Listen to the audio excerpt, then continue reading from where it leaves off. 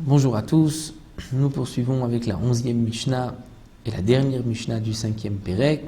On va ainsi clôturer toutes les malachot, toute la soubia du ribit, et le sujet, l'interdiction de prêter avec intérêt. La Mishnah nous dit Ve'elu ovrim belotase. Qui est-ce qui transgresse le lotase de la Torah, l'interdiction de la Torah, qui est de prêter avec intérêt. Hamalve, celui qui prête, transgresse cette interdiction. Mais pas seulement celui qui prête, aussi à lover celui qui emprunte. Puisque la Torah n'interdit pas seulement de prêter.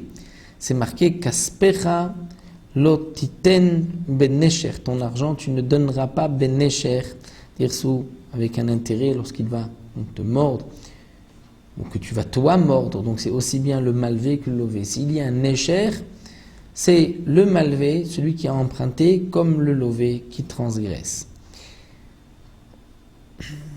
Doresh, lotashir, donc les deux ont une transgression de lotas. Le Barthénora rapporte les psukim qui sont marqués à propos, qui sont répétés dans la Torah, l'interdiction de prêter avec intérêt. Donc le malvé, lui, a toutes les interdictions marquées. Le lové, lui, a seulement l'interdiction de l'otashir, que nous allons voir tout de suite dans la Mishnah. Mais il y a même le harev, le garant, qui transgresse, puisque lui a permis ce prêt. Et il y a Edim, les témoins, qui étaient les témoins de ce prêt, qui ont aussi transgressé. Même le sofer, même le scribe qui a écrit le shtar, puisque c'est lui qui a permis le prêt, il transgresse aussi. Donc il transgresse de quelle interdiction? La Mishnah précise Ovrim mishum lotiten ou mishum baltikar mito. Donc mishum lotiyelo kenoshe. Nous avons plusieurs interdictions dans la Torah qui se répètent, des interdictions de ribit. Donc nous avons première interdiction lotiten, c'est-à-dire kaspecha lotiten benesher, ton argent tu ne donneras pas benesher, ou bemarbit loten achalecha, sont de la vigne. Il y a aussi Mishum Baltikar Mito, ne prend pas de lui, Altikar Mito Nesher, donc c'est encore une interdiction sur le malvé.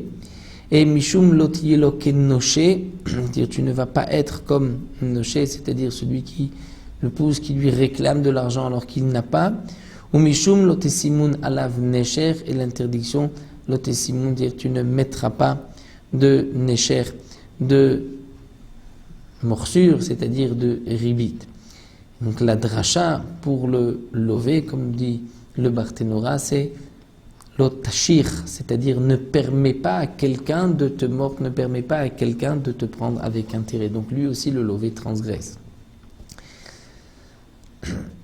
Il y a aussi l'interdiction mishum lifne iver lotiten mirshol, devant un aveugle ne mets pas d'obstacle, v'yareta melokecha ni Hashem, tu craindras l'Éternel, ton Dieu, ni Hachem.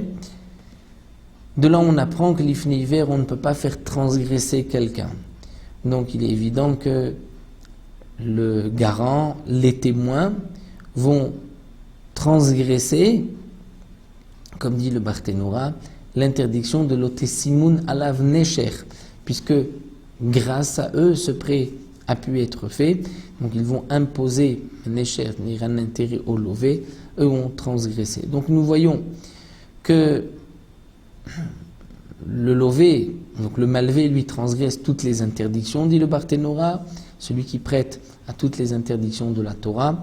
Le lové transgresse le lotashir, qui signifie ne lui permet pas de te prendre un intérêt.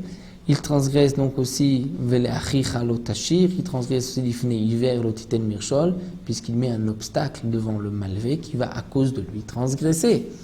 Et les témoins, comme dit Barthénora, eux vont transgresser l'otosimun alav nesher.